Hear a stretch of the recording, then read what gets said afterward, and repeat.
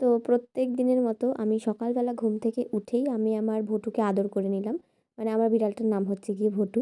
যাই হোক, তো ওকে আদর করে আমি বেরিয়ে পড়লাম হচ্ছে গিয়ে ওকে যেই ডাক্তারকে দেখাই সেই ডাক্তারের কাছে। কারণ রিসেন্টলি দেখছি, মানে রিসেন্টলি বলতেও না, বেশ কয়েকদিন ধরে দেখছি যে আমার ভুটুর গায়ে কিছু, কিছু অ্যালার্জি দেখা দিচ্ছে। তো ডাক্তারের কাছে যাবো, যাবো করে আর যাওয়ার টাইম পাচ্ছিলাম না।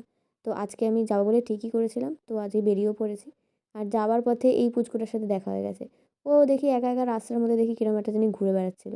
আর আমার তো আবার মানে এদেরকে দেখে না যদি আমি চটকাতে পারি আমার ঠিক ভালো লাগে না। যাই হোক, তারপর ওকে আমি আদর করে আমি চলে গেলাম ডাক্তারবাবুর কাছে। ভেবেছিলাম প্রচণ্ড ভিড় হবে, কিন্তু গিয়ে দেখি যে না, খুব একটা ভিড় ছিল না। তারপরে অনেকক্ষণ দাঁড়িয়ে থাকার পরে দেখলাম এই বাচ্চাটা এলো।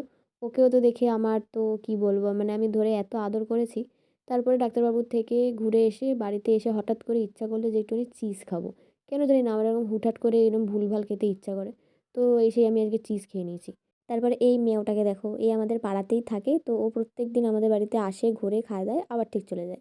যাই হোক, তো আমি সন্ধ্যেবেলা এই যে ব্যাগ গোছাতে বসে পড়েছি। তার কারণ হচ্ছে গিয়ে আজ থেকে আমি জিম জয়েন করছি।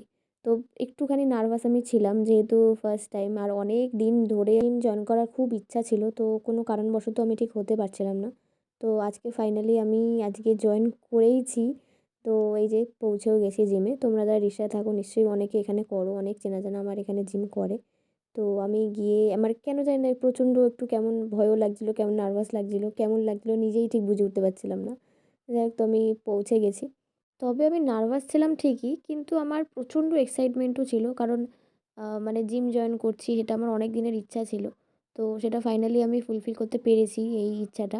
তো যাই বলো, এই ট্রেডমিলে ওঠার পরে আমার কেন জানি না অদ্ভুত রকমের একটা কেমন ভয় লাগছিল। খালি ভাবছিলাম যে এই হয়তো পেছনের দিকে উল্টে গেলাম। যাই হোক, যদিও সেরকম কিছু হয়নি।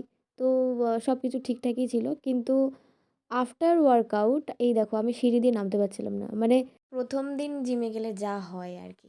যাই হোক, তারপরে এবার আমি চললাম বাড়ির দিকে। তবে বিশ্বাস করো প্রচণ্ড এনজয় করেছি আমি, মানে জিমে গিয়ে। তারপরে বাড়ি গিয়ে দেখি আমার বোন টিভি দেখছে। তো গিয়ে আমার যাই হোক কেমন একটা করছিল।